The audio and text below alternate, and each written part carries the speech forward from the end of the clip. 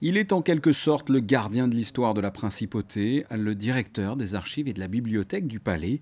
Thomas Fouilleron accueillera exceptionnellement les visiteurs dans cette magnifique bibliothèque le dimanche 12 octobre, par groupe de 15. Thomas Fouilleron a déjà préparé sa visite. Nous allons évoquer évidemment les jardins des princes.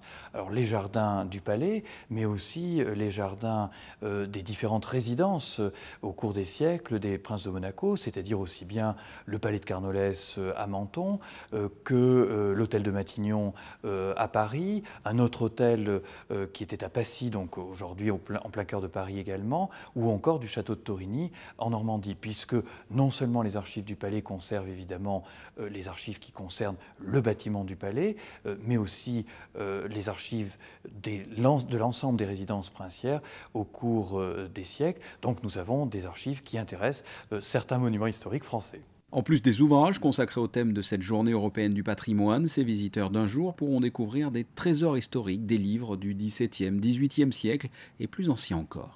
L'ouvrage le plus ancien date du XVe siècle, c'est un psautier enluminé aux armes des Grimaldi, donc qui là est justement un témoignage de l'ancienne bibliothèque des princes qui malheureusement a été dispersée au moment de la Révolution.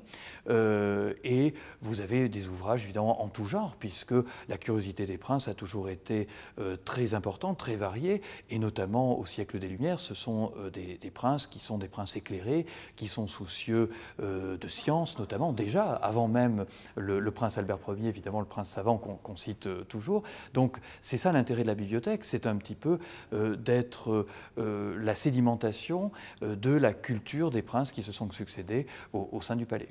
La bibliothèque sera ouverte au public ce dimanche. En revanche, il faut s'inscrire avant le 10 octobre en téléphonant au 98 98 46 51.